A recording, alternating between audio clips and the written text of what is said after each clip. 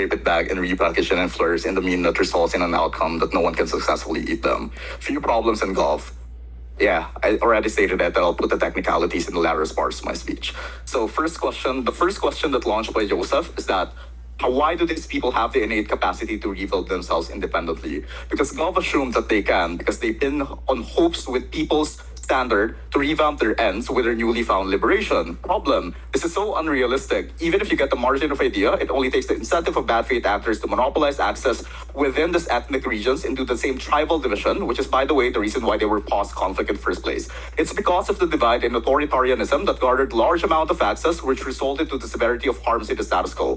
Problem, government fucks this up by repeating the same model of landscape because you, again, allow people within this malign incentive to take over within this region because it's much worse inside government because one, this are fragile state, which means that if you are like Duterte, it's easy for you to skew this federalistic region because they lack the prosperity and the foundation within these areas. And two, because you also have a harder check and balance mechanism and smoke screen, especially when you give no incentive to metropolitan areas and other states to care for these regions in the first place. And this leads me to my first extension. If the innate problem within the state is that there was a boogeyman that fucked up their state, then you make more versions of that boogeyman inside government. Because in the moment of economic crisis, political disputes, or renewed tensions, regional leaders can mobilize these identities to demand greater autonomy or independence because they have the incentive to do so. But I first want to deal with why is this super likely to happen. One, because ethnic region or ethnic federalism already builds the institutional foundation of a future state inside the state itself.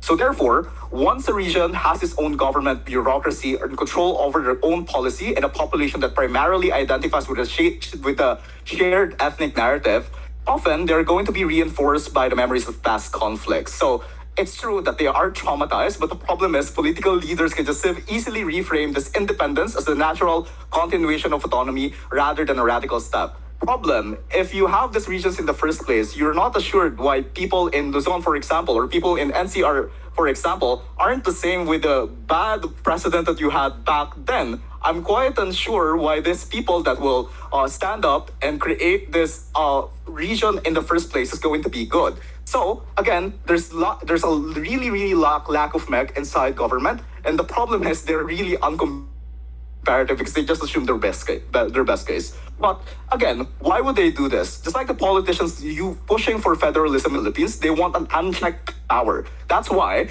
it makes autonomy politically attractive to those who already dominate ethnic constituency. So, for example, you have Duterte, who literally have control over the bureaucracy of a lot of region in Davao, for example. So therefore, in this kind of system, you can consolidate patronage networks and control local narrative and strengthen loyalty within their ethnic base. But it's harder for you to call them out because literally it's built on loyalty within their ethnic base. It's harder for you to call out because you're using those past traumas in the first place. Sure, I'll take the POI. If authoritarian boogeyman can emerge anywhere by your concession, isn't it far more dangerous that they capture a centralized state that controls the army, police, etc., rather than a regional government whose power is limited to one area? It's stupid to assume that they don't have any LGUs within the unitary system because literally you can still have your administrative control. It's just that the difference is on the extent of it. In a federal system, you have a lot of unchecked power. In a national system or unitary system, you can control them. You can literally have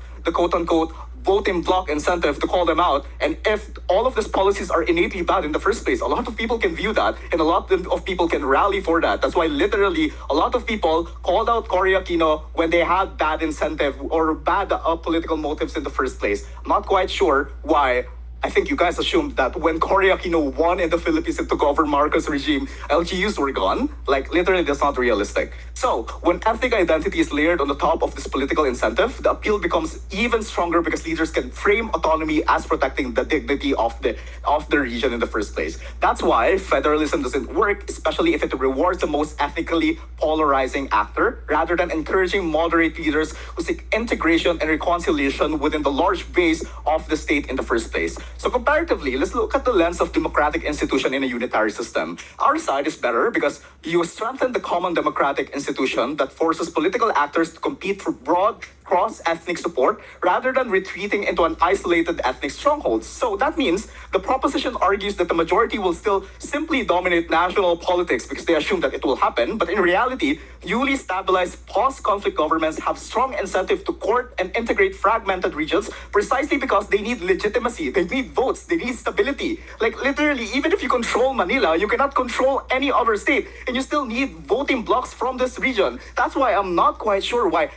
the MEC is, they're bad, the MEC is, one ethnic will rule over this. Unrealistic. So visibility matters here in this debate because even if bad faith actors happen in our side, then national democratic institutions still allow the broader electorate, media, and opposition group to scrutinize and call out abuses through elections and public debate. So therefore, when power is fragmented in their side into ethnic federal units, this leaders then can hide beyond the regional autonomy and patronage networks that they have.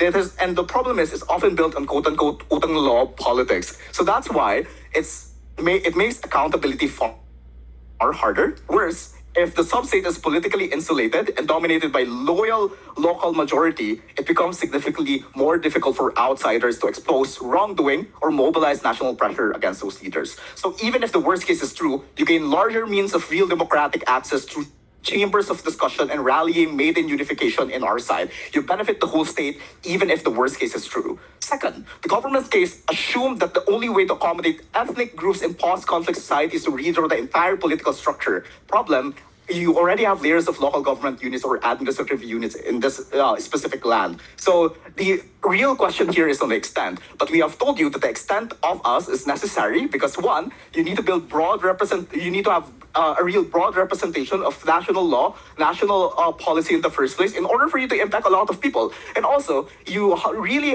need to have this quote-unquote check and balance that are much more stronger if you have more people who participate within the state rather than building them up in a fragile state in which, again, they don't have any capacity to do so, and two, they'll have a bad means of access on how do they really quote-unquote check and balance their own region. So do not be blind and try to put people in a larger harm of people using the previous authoritarianism to gain control.